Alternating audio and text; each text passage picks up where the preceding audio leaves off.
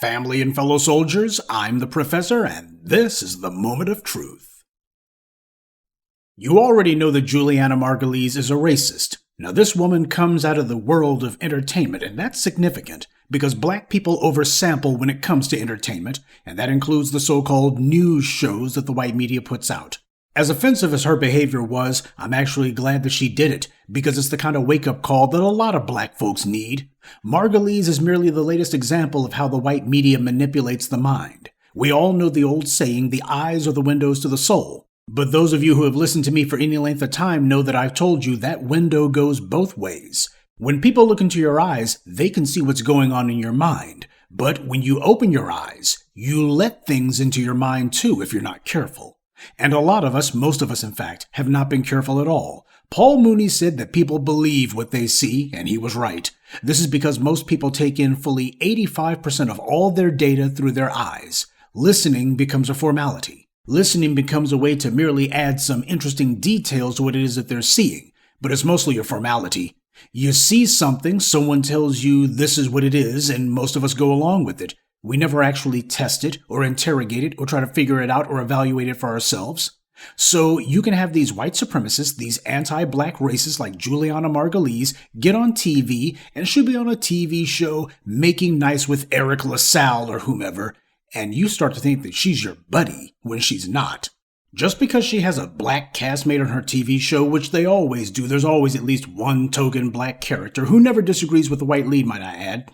That's merely done for marketing purposes. To become a top-rated TV show, you can't just do it with a white-only audience. You have to pull in the broadest possible demographics, and the casting of the show is meant to give the various different audiences out there someone on the screen who they can relate to personally, someone who's like them. They don't put black characters on the screen because they like you. They do it because it's good for business. But black people get confused about that, and worst of all, we put black children in front of these idiot boxes, and they're immediately indoctrinated. They watch white media cartoons that show them these fairy tale fantasies of a colorblind world, but always with a white character in charge, and the black characters who just agree with whatever the white lead says. And once this subtle conditioning begins to take hold, the children will begin to rationalize it and make excuses for it for the rest of their lives. Get to them young, fill their heads with lies early, and they'll be confused for life. We see this in the black community every minute of every day, but this is because we've allowed it to happen. A careless black parent is the white media's greatest asset. Julianna Margulies, with all of the condescension that she could muster, said that black people needed to watch a particular Ken Burns documentary about Hitler and how he learned so much of his fascism from the South. I have my own issues with Ken Burns and his work. When people call someone America's documentarian, that to me is 3 red flags. His job is to whitewash this country's history and to make it bland and sanitary, because ultimately Ken Burns' job is to affirm American history, not to teach it. But there's something else to consider. Ken Burns likes to hang out with the likes of Clarence Thomas and Thomas's associate, the billionaire right-wing ideologue Harlan Crow. Yeah. These guys hang out together, and you see how big Ken Burns is smiling?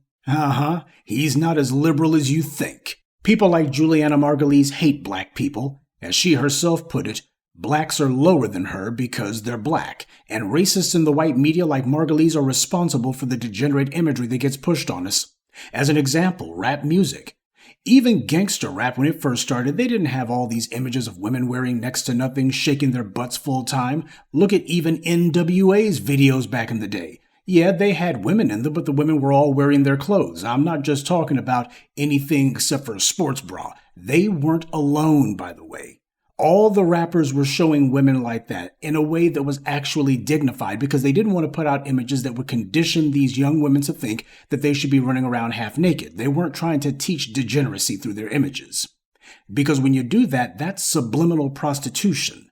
About the only person who did dare to cross that line at least once was Ice-T with his Power album cover, but that was a one-off.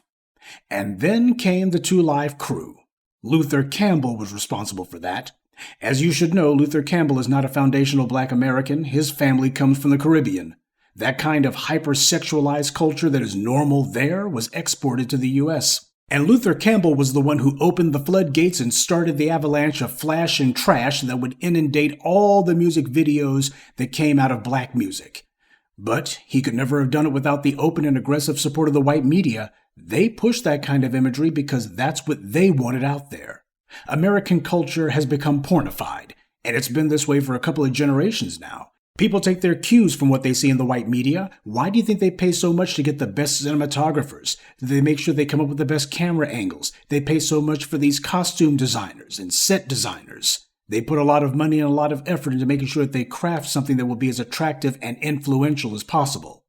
Look at how the young people dress and how they talk. They copy what they see on TV shows, music videos, and movies. Now, of course, if you ask these young people about this, they'll deny it, but we all know that you can just look at them and you can guess what TV show, movie, or music video is their favorite one just by how they dress and how they talk. What does this constant torrent of lies about race and about sexuality and about our place in society do to the mentality of the people when images of debauchery and immorality and phony friendships are pumped into the minds of the people night and day? What it does is it conditions them to go along with their own oppression. When the value system becomes about conspicuous consumption, buying cars so you can style and profile for the rest of the broke folks in the hood, that is a people who will never be free.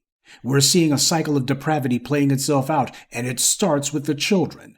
We can break the cycle if we focus on getting them away from the white media and getting them immersed in the black media. Politically, that will require us to start putting our hands on the levers of control. Instead of having arguments with black shills put in front of us by the major parties, at some point we will have to cultivate and push our own candidates, people who we choose, who we can trust. And the same goes for these TV shows and movies. At some point, the black grassroots will have to cultivate and promote our own programming, material that edifies and honors us. We have to get back into the business of laying foundations again. It won't be quick and easy, and there will be setbacks because black people have acquired a taste for junk media. But if we're going to turn the situation around, we have to accept that. And we won't necessarily be embraced with open arms by all black people. But then again, as the black media, we weren't embraced when we began this work 15 years ago either. We were mocked and ridiculed. People hadn't been talking the way that we do since the days of Malcolm. Up until that point, we had a bunch of dusty dudes, hood rats, imitation master teachers, and the Kundalini con men attacking us. And this went on for years. But in time, as we continued to do the work, and as white supremacy stepped up its attacks against black people, folks started to lose their ability to indulge those other worthless Negroes out there, and they gravitated towards us. See, when the conversation turned serious, they knew who they needed to listen to. The only way to have media that we can trust is if we make it. Everyone else gets rich off of monetizing black culture. To reverse this trend, we're going to have to take control of our images and control what we see. We used to do that. But then we got into the bad habit of selling what we have. Every time a black person builds something, they immediately go and sell it. Your company, your business represents your piece of the world. If you sell it, you have sold your piece of the world. White society, Asian society, Hispanic society, they understand that. But for some strange reason, a lot of black folks are in denial about it. We keep confusing the golden eggs with the goose that laid them. The golden eggs are not the real prize. The real prize is the goose. People get conceited. Most people only have one good idea in their entire lifetimes, one idea that actually has the potential to catch fire. And to try to reproduce that almost never works. But people get full of themselves and they think that because they did something that worked one time, then they can do it again on command, and most of the time they can't. They try, but nothing else they do catches on like whatever their original good idea was. We sell our fashion labels, we sell our shoe companies, our cosmetics companies, and then we sit here and wonder why we have so many sellouts all around us. We can't have a voice in the media if we sell whatever media ventures we generate. So black people will have to stop having a I want to retire early mentality. Normally, companies are held onto until the father passes them on to his sons and they run it. You can't decide to sell a company for money and then you'll let your money make money for you full time. That's what we keep trying to do. You're not going to be able to sit back and lounge on the beach every day either, and you shouldn't want to. We live in this world. We should want to be a part of it and to influence it. See, the Harlan Crows of this world, they don't try to drop out of society or find a way to escape being in the world or to retire full time. These old racists, they're very old, very bigoted, and very determined to reshape society to fit their vile, sick worldview. You probably heard about a so-called documentary about Clarence Thomas in which he claimed that he likes to go to RV parks and he prefers the parking lots of the Walmart to the beach, a pathetic attempt on his part to try to portray himself as some sort of everyman and not the boot-licking sellout that he actually is. First of all, that documentary was a lie like everything else Clarence Thomas says. He spends his time hanging out at fancy high-priced resorts with his pal Harlan Crow. The only time he would go to Walmart is to buy a new knee pad so he can be ready for his next outing with his racist buddies. But Harlan Crow paid for that phony documentary. It's pure propaganda, and blatantly so, but that doesn't change the fact that the white media still help to signal boost it. And this is the so-called liberal media who is spreading the word about it. Ken Burns isn't the only person who's willing to let you believe that he's some sort of left-leaning personality just so he can sucker you into lowering your guard. When it comes to the white media, the similarities between them and the Harlan Crows of the world far outweigh any alleged differences. This is who makes the media that you watch, from the entertainment to the music videos to the so-called news, which includes these documentaries. The enemy has their propaganda down to a science, but that's to be expected when their history is nothing but fiction. What we have to do is to sharpen our skills and focus our efforts on developing and augmenting our own media infrastructures. Infrastructures plural. This is why I make it a point to remind you that the information and analysis that you get here is second to none. You need to be reminded daily that we are definitely good enough to do all these things for ourselves. In fact, we can excel if that's what we focus our energy towards. I want to help you to build your confidence in the black media because that builds your confidence in yourself. It also helps to encourage you not to expect less from anyone who wants you to give them your time and attention. Black media must be excellent media. You deserve no less. You also deserve to unplug yourself from the white media's matrix and to free your children's minds. Talk to your kids about the things the white media tries to push on them when they think you're not looking. Explain to your children what it really means. Your children are extremely impressionable, so you have to give them a daily deprogramming from the white media brainwashing.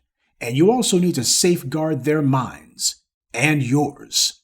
As human beings, we're creatures of habit. The things we do 90% of the time, we're not even thinking about it.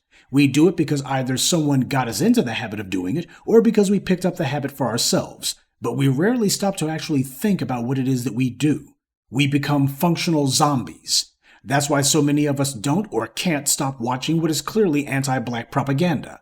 It's your eyeballs that the white media is fighting to control. Look at how terrified they are just because you stopped mindlessly voting. You got them shook with that one simple act. Your eyes are on your power, not on their political theater where they have idiotic politicians arguing back and forth about nothing. You stopped watching that, and they're scared. Do the same thing with the entertainment that you watch. Deprive them of your eyeballs too, because without you, they wouldn't be able to keep those shows going. That's what Julianna Margulies understands, and you need to understand that too. The people who make the stuff you watch hate you. If you think that you deserve better, then at some point you have to accept that you're going to have to turn off their lies and tell them the show is over. Good day, and be one. I'd like to take a moment to mention some of our contributors. Portman Walker, Hildman Gallo, Chevalier Foster, Sherman Marshall, and Frederick Richburg. Salute to them and thank you to everyone for listening, liking, and sharing this message. Black empowerment only exists because of you.